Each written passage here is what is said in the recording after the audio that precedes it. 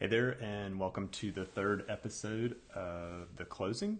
Today we're going to be discussing the 12 unbeatable tips for a smoother home inspection, and I'm going to be going through things that I see over and over again in all the home inspections for my buyers and also on the selling side of it. So stay tuned, and I'll get right back to you.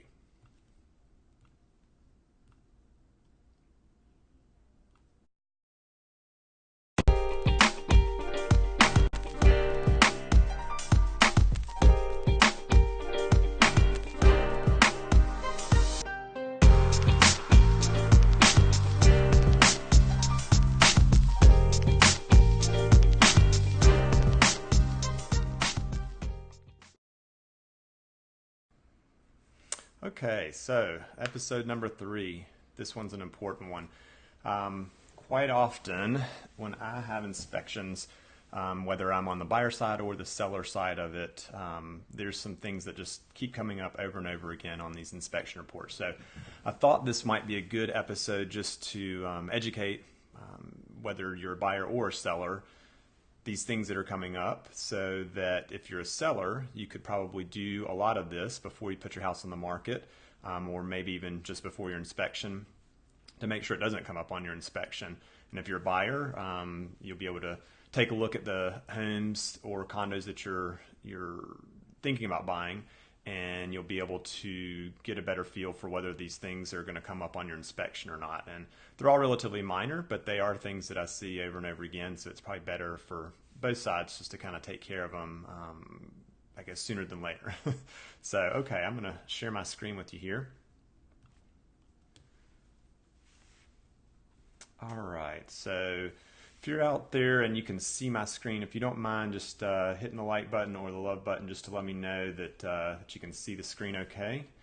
And I've got a keynote presentation here for you. I'm just going to kind of go through what I'm looking at here with the 12 unbeatable tips. So let's see. Okay, so the first one, burned out light bulbs. This is actually a really common one that I see pop up, and it's one of those things where it comes up on the inspection report and the inspector doesn't necessarily know whether the light bulb is burned out or not. And so they really are just going to say, hey, this fixture isn't working, and they don't really take the time to necessarily check to see if that light bulb is burned out or not. So it's going to show up, and if you can just make sure all of your light bulbs are changed before that inspection, if you're a seller, it's actually better to go ahead and make sure that the bulbs are all lit for showing. So you're going to want to do this anyhow. Okay, second one. Let's see here. So I'm going to be kind of switching back and forth between these, between my screen and me today. But the next one that I see quite often is GFCI Outlets. And these are those outlets that are normally within a few feet of a water source. So it's either going to be in your bathroom or could also be in your kitchen. Usually it is in your kitchen.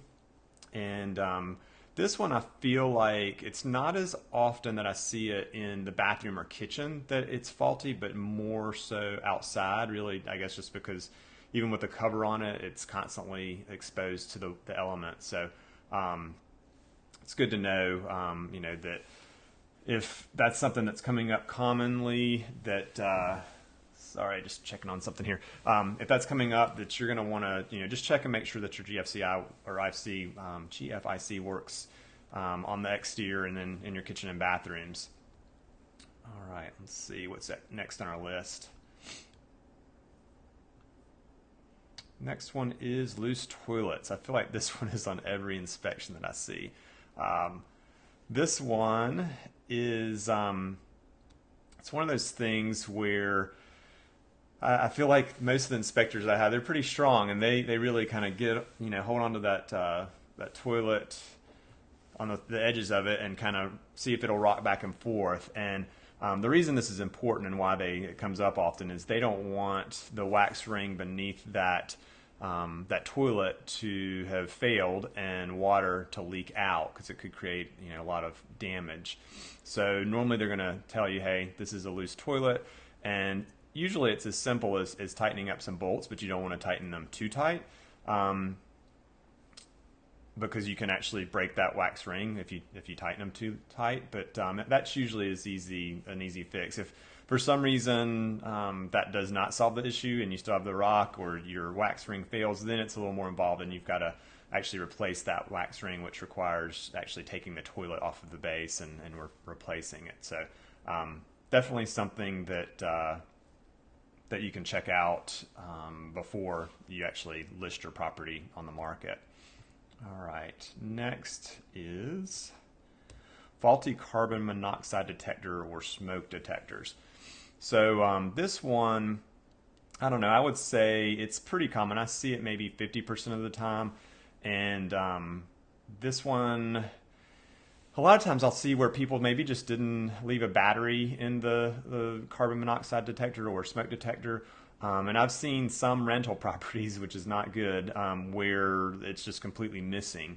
And the seller is selling it after the tenants moved out. So it's one of those things that if you can just test it by pressing the test button, and make sure that it is working prior to your putting the house on the market or condo on the market, or before your inspection, it'll save you a headache when it comes up on the inspection. All right, so next, let's see. Anti-tip device in the oven. So if you haven't bought an oven recently, this is probably maybe something you haven't heard of. So I'm going to actually show you what one looks like. I've got a prop here. This is an anti-tip device, and it's designed for the legs of the oven or stove to actually go in to this so that it slides in, and then this part of it is actually connected to the wall. It's screwed in. And so basically you're screwed up against the wall like that, and then the foot of the oven actually goes into this, and it keeps it from lifting up. And why this is important is if a child were to open the oven door and decided, hey, I think I want to stand on this oven door, the weight of the child a lot of times could actually tip the oven completely over. So this actually prevents that from happening. And like I said, if you don't have a newer oven, it's probably something you may not have seen, but it's something I see come up on a ton of inspection reports. So I feel like it's important to mention it. All right, so next one. Let's see here. Window seals. So this is something I see, and it's actually sometimes hard to distinguish if a window seal has gone bad. With window seals, this is normally on your double pane windows where you've got the gas in between the two panes of glass. And the easiest way to tell this is if you see moisture or fog, or you see kind of like a white substance in between the two panes of glass. Sometimes people call them cloudy windows. And it just means that the seals around the window have actually failed, and it's not as energy efficient anymore. How much energy you lose from that, heating and cooling, it's tough to say, but it's something I see come up a lot on inspection reports. So you may just want to, as you're preparing to put your house on the market, go and just walk around the house, pull up your curtains or blinds, and make sure that you don't have any windows like that.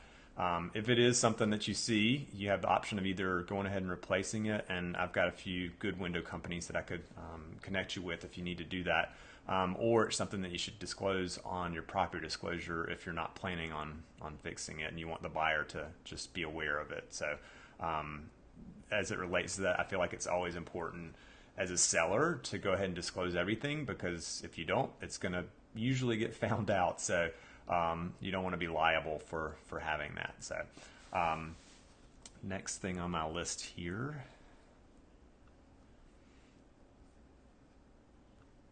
slow draining of bathroom tub or sink.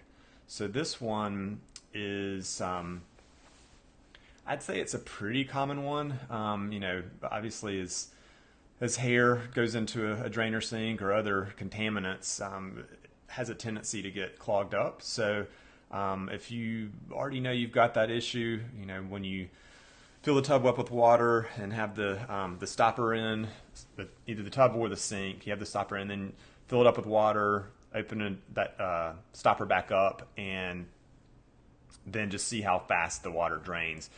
If it's draining as properly as it should, the water should just go right out. But a lot of times you'll find if there's hair or some other contaminant, it'll actually stop that up and it'll make the drain hard to open. So the best thing for that is obviously call a plumber if you aren't sure what you're doing, or if you do, usually a good solution for it that's non-toxic is actually using a plumber snake and snaking out the whatever's in there and just kind of cleaning it. So I think this is a little bit easier, I would say, on bathroom sinks, just because you can kind of put it through the P-trap, and that's usually where the issue would be. Tubs, it's a little bit harder, but you could still use the same plumber's tool for that. I guess a more not as green solution is to use some Drano or some other sort of solution like that. I've also seen people use, I think it's vinegar and baking soda, but I'm sure if you Googled, how to repair a slow draining sink or tub, I'm sure Google could tell you exactly what to do other than the solutions I've already given you. All right, next on our list. Shrub trees too close to the house.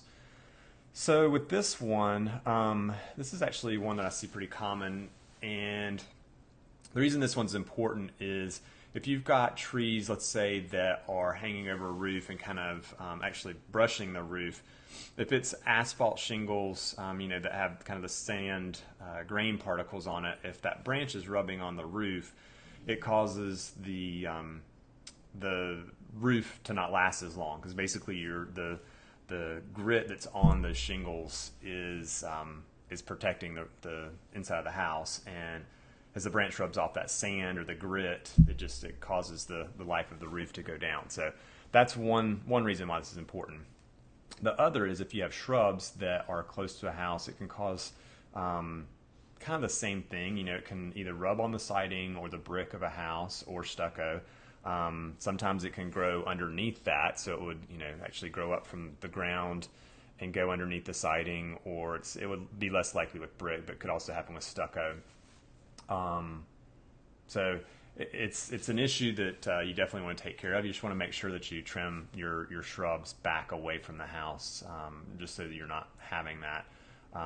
Could also rub the paint off, which if it's siding, or so I think those are probably the best explanations of why I can tell you that you want to make sure you trim it back.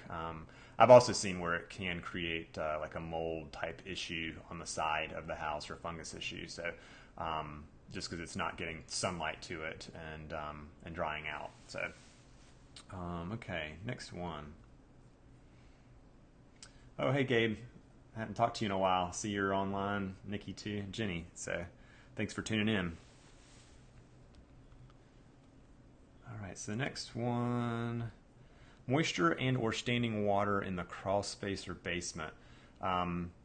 This obviously is not going to be an issue if you are on a slab foundation, but if you've got either a crawl space or a basement, I feel like it can be pretty common if you don't have some sort of preventative measures there. Most people have, if they have a crawl space, they don't have a vapor barrier, where it's like the plastic that goes, that sits kind of on the earth, that prevents the moisture from coming up. I would say it prevents, but it definitely lessens the effect of the moisture.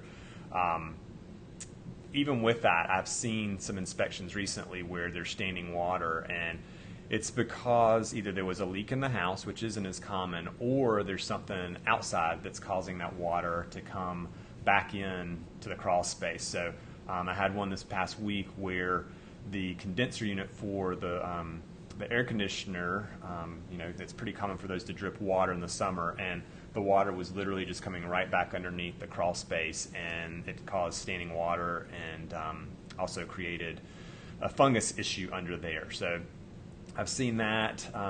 I've seen basements as well that have issues that are like that. So it's one of those things that if you haven't been in your crawl space or basement in a while, you probably should, even if you're not thinking about selling, you should go under there and just check it occasionally. And if you are thinking of selling, definitely go under there and check it out. You don't want the inspector to find it before you did, so you can get rid of it before the inspector. And I'm not saying hide anything, but you definitely want to fix whatever the issue is that's down there before you put your house on the market if possible. All right. So next one here. I actually have just a few more that I'm going to share with you today. Heating and air conditioner. This one I just kind of have as a bullet point. And the reason is I feel like this is a common one where, on property disclosures in North Carolina, we do have a disclosure that talks about how old the system is, but if you haven't had it serviced, it's probably good to do that before you put your place on the market, just to make sure that there's no surprises, and you can obviously share that with the buyer that you just had it serviced and that they didn't find any issues. And I think that will probably help you in the long run if something were to come up on an inspection, because you could go back to the people that serviced it and say, hey, this inspector found something, what's going on here? And it just kind of helps you be more prepared for that inspection by having your heating and air service prior to putting it on the market. All right, next one. By the way, I can share this. I'm going to have a list of all of the 12 at the very end of this that you can take a look at, but I can share this with you if you'd like. Just shoot me a little message. I'll monitor the comments. Even if you're watching this as a replay, I'll get notified if you leave a comment, and I'll share it with you. So next thing I've got here is ensure the utilities are on. This seems kind of like an obvious one, but I see it a lot where I'll go into a condo or a townhome maybe.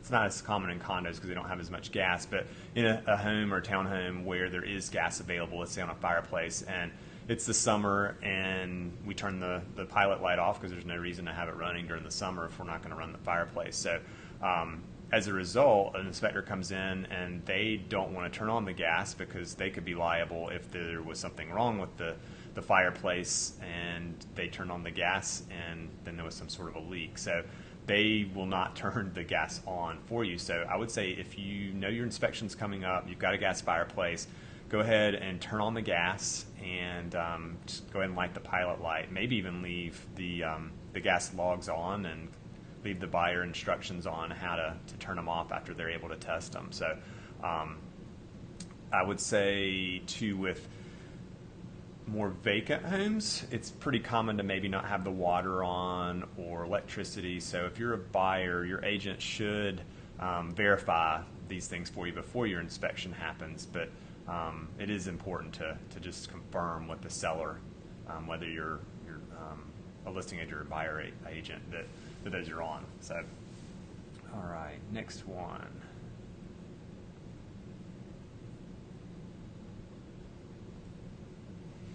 Doors not latching at the striker plate. This is actually the last one on my list of 12. And what this is when you close just an interior door, actually I guess exterior doors have these as well, there is a little, I guess, latching mechanism where there's a metal plate, and then when you close the door it kind of clips in.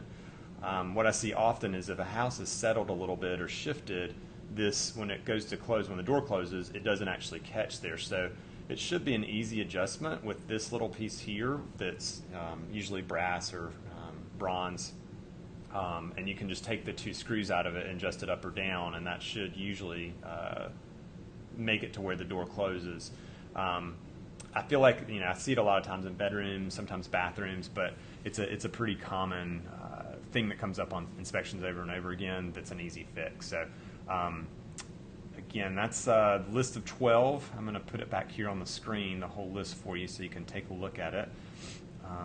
And if you want to comment below, I can also message this to you so you can see all 12 as well. So just going back through the list again, we've got burned out light bulbs, GFCI outlets, loose toilets, faulty carbon monoxide detector, anti-tip device on oven, window seals, slow draining of the bathroom tub or sink, shrubs or trees are too close to the house, moisture and or standing water in the crawl space or basement, heating and air conditioning, ensuring the utilities are on, and doors not latching at the striker plate. So I hope you've enjoyed this live video today, and I think next week we are going to have an insurance specialist on with me, so it'll be the first one I've had with an actual guest, and we'll be talking about just what you need to know about homeowners insurance if you're buying, coverage you might need to have if you're a seller. So we'll definitely be covering some great things. I'm pretty sure he's going to be coming on with me. If not, we'll have a different topic, and I'll announce it here on my Facebook page. So again, thanks for tuning in, and we'll see you next week.